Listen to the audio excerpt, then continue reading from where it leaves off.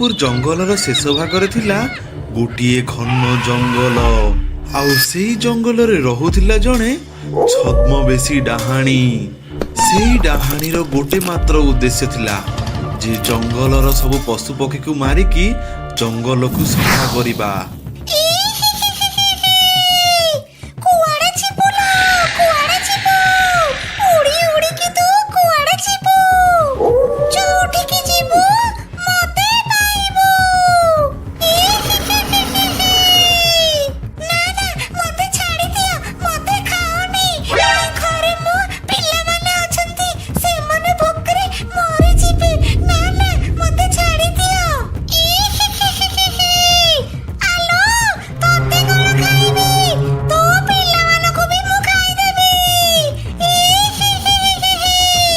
ଆଉ ତାପରେ ଡାହାଣୀ ତା ପାଟିଟିକୁ ବଡ କରିକି ସେ ମା ପକ୍ଷୀଟାକୁ ଖାଇ ଦଉଛି। ଆଉ ଏସବୁ ଦୂରରେ ରହି ଦେଖୁଥିଲେ ତା କୁନି କୁନି ପିଲାମାନେ। ଖାଲି ସେତିକି ନୁହଁ, ଗାଁର କୋଉ ଲୋକମାନେ ସେଇ ଜଙ୍ଗଲକୁ ଯଦି ଛେଳି ଚରେଇବାକୁ ଆସେ ସେ ଡାହାଣୀ ତାର ଭୟ ଦେଖେଇକି ସେମାନଙ୍କୁ ତଡ଼ି ଦିଏ। ଆଉ ସବୁ ଛେଳି ମାନଙ୍କୁ ଗୋଟିଏ ଗୋଟିଏ କରିକି ସେ ଡାହାଣୀ ଖାଇଦିଏ।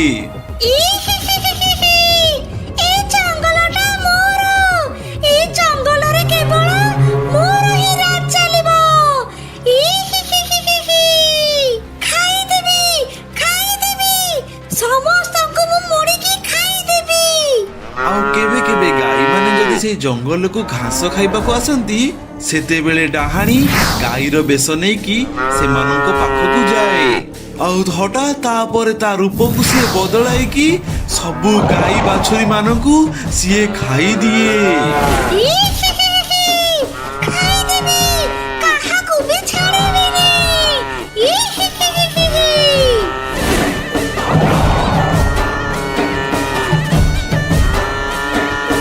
ଆଉ ଗୋଟିଏ ଦିନ ଡାହାଣୀ ବନ୍ଧୁକ ନେଇକି ସିଂହ ସହିତ ଲଢେଇ କରେ।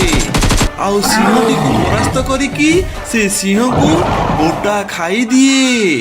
ଆଉ ଏତେ ଗୁଡ଼ିଏ ଜୀବଜନ୍ତୁକୁ ଖାଇସାରିଲା ପରେ ଡାହାଣୀ ଶୋଇ ପଡେ। ଆଉ ଜଙ୍ଗଲର ଅନ୍ୟ ପାଖରେ ଥିଲେ ମାଙ୍କଡର ପରିବାର।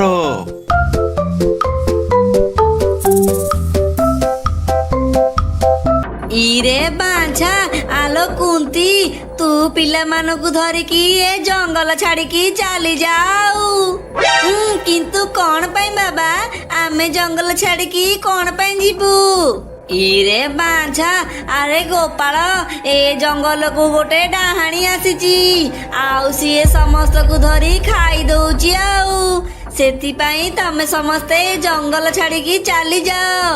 ହେଲେ ବାବା, ଆମର କଣ ହବ?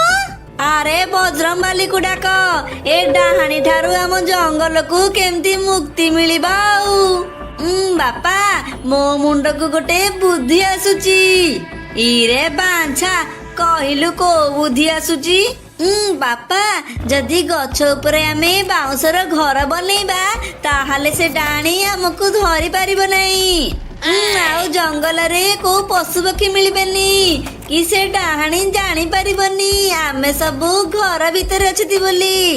ଇରେ ବାଞ୍ଛା, ଆରେ ବାରେ ଗୋପାଳ ବା, ବଢିଆ ବୁଦ୍ଧିଟେ ଦେଇଛୁ। ଆଉ ଆରେ ଚାଲ ଚାଲ ସମସ୍ତେ ବାଉଁଶ ନେଇକି ଆସିବା।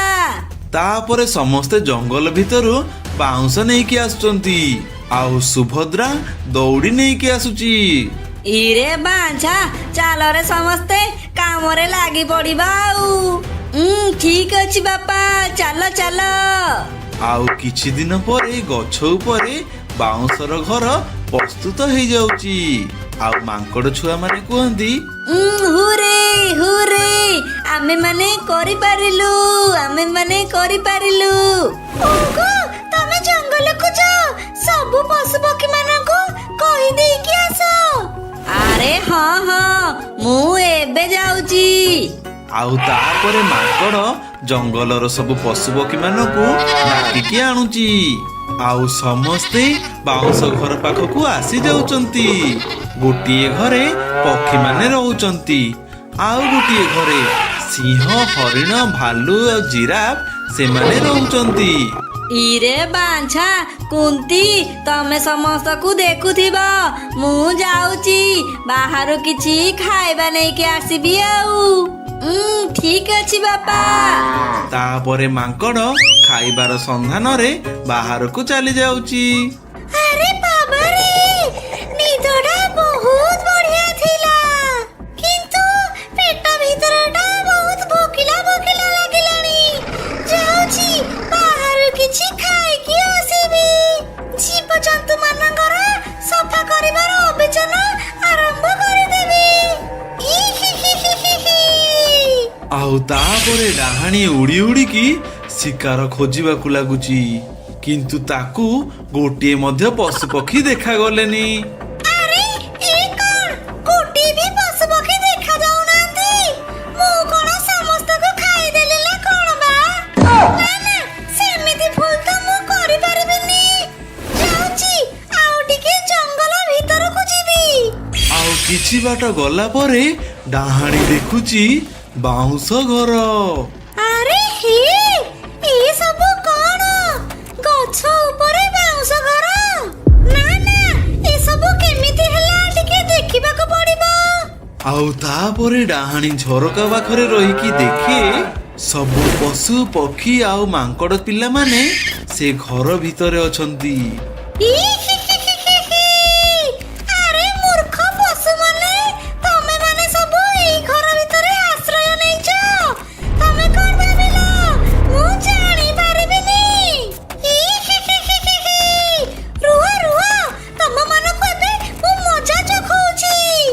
ଆଉ ତାପରେ ଛଦ୍ମବେଶୀ ଡାହାଣୀ ମନ୍ତ୍ର ପଢିବାକୁ ଲାଗୁଛି, ଆଉ ତା ରୂପକୁ ବଦଳେଇକି ମାଙ୍କଡର ରୂପ ନଉଛି।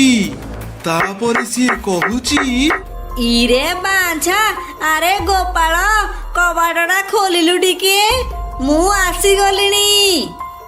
ମା, କିଏ ଜଣେ ଡାକୁଛି। ଆରେ ତୋ ବାପା ଆସିଥିବେ, ଯା ଯା କବାଟଟିକୁ ଖୋଲିଦେ। ଆଉ ମାଙ୍କଡ ଯେମିତି କବାଟଟିକୁ ଖୋଲିଛି, ଡାହାଣୀ ଘର ଭିତରକୁ ଆସିଲା। ବାପା, ତମେ ଖାଲି ହାତରେ ଆସିଛ, ଖାଇବା ନେଇକି ଆସିନ? ଆରେ କିଏ ତୋ ବାପା? ମୁଁ ତ ଛଦ୍ମବେଶୀ ଡାହାଣୀ। ଏବେ ତମ ସମସ୍ତଙ୍କୁ ମୁଁ ଖାଇବି। ଆସ ଆସ, ମୋ ପେଟ ଭିତରକୁ ଆସ। ଆଉ ତାପରେ ସେ ଦୁଷ୍ଟ ଡାହାଣୀ ଗୋଟେ ଗୋଟେ କରି ସବୁ ମାଙ୍କଡ ମାନଙ୍କୁ ଖାଇବାକୁ ଲାଗୁଛି। ଆଉ ଖାଲି ମାଙ୍କଡ ମାନଙ୍କୁ ନାହିଁ, ପକ୍ଷୀ ମାନଙ୍କୁ ମଧ୍ୟ ଗୋଟା ଗିଳି ଦଉଛି। ଆଉ ତାପରେ ଡାହାଣୀ ନିଜକୁ ବାଘର ରୂପ ଦଉଛି, ଆଉ ଅନ୍ୟ ଗୋଟିଏ ବାଉଁଶ ଘର ଭିତରକୁ ପ୍ରବେଶ କରୁଛି, ଆଉ ଗୋଟିଏ ଗୋଟିଏ କରି ସବୁ ପଶୁ ମାନଙ୍କୁ ଖାଇବାକୁ ଲାଗୁଛି। ଆଉ ଏତେ ଗୁଡିଏ ଖାଇବା ଖାଇସାରିଲା ପରେ ଡାହାଣୀକୁ ନିଦ ଲାଗୁଛି। ଓରେ ବାବାରେ, ଖାଇ ଖାଇ ବହୁତ ହାଲିଆ ଲାଗିଲାଣି, ଯାଉଛି ଟିକେ ଶୋଇ ପଡିବି।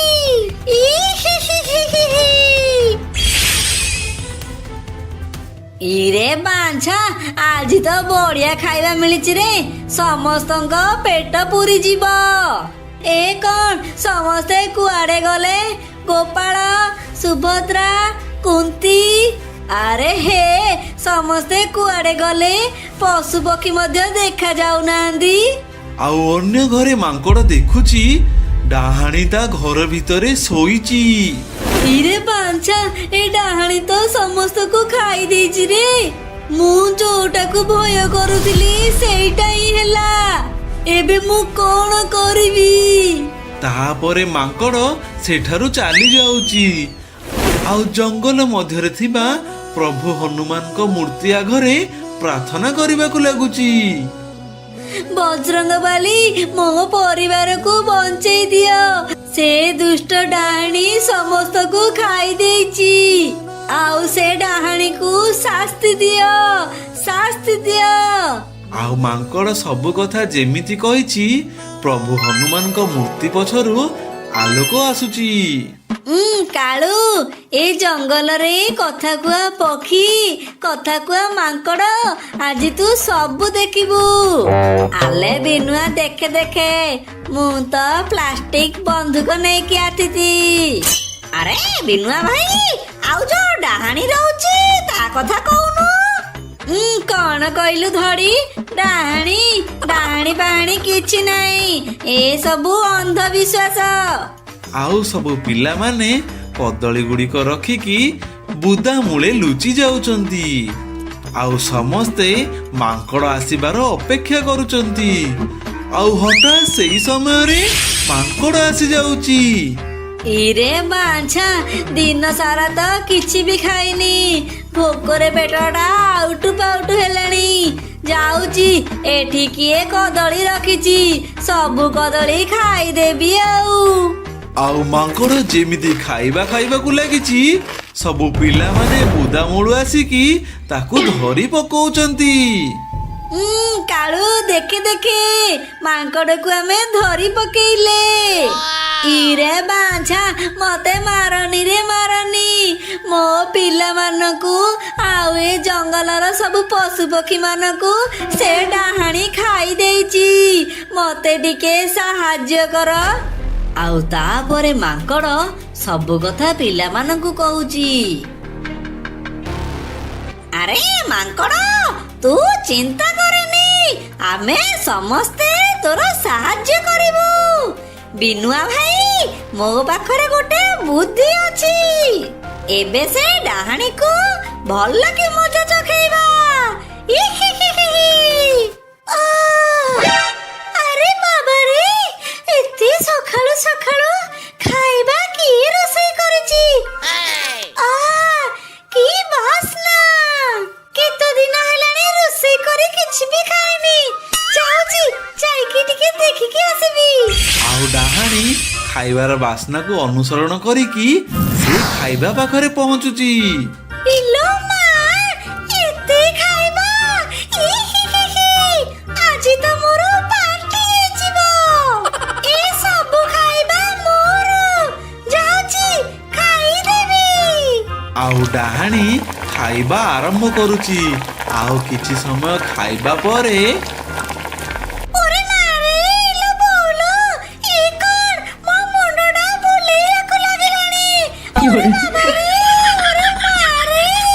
ଆଉ ଡାହାଣୀ ବେହୋସ ହେଇକି ତଳେ ପଡି ଯାଉଛି। ଆଉ ସବୁ ପିଲାମାନେ ଆଉ ମାଙ୍କଡ ସେଇ ଜାଗାକୁ ଆସୁଛନ୍ତି।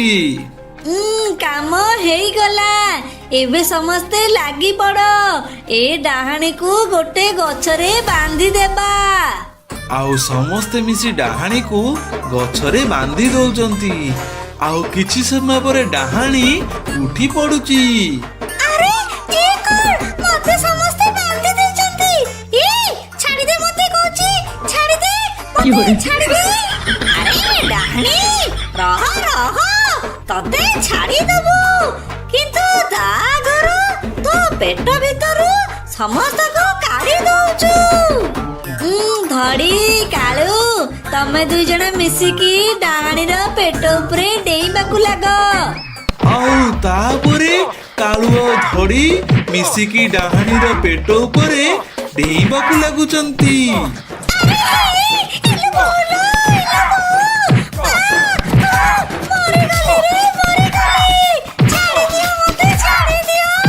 ଆଉ ତାପରେ ଡାହାଣୀର ପାଟି ଭିତରୁ ଗୋଟିଏ ଗୋଟିଏ କରି ସମସ୍ତେ ବାହାରକୁ ଆସୁଛନ୍ତି।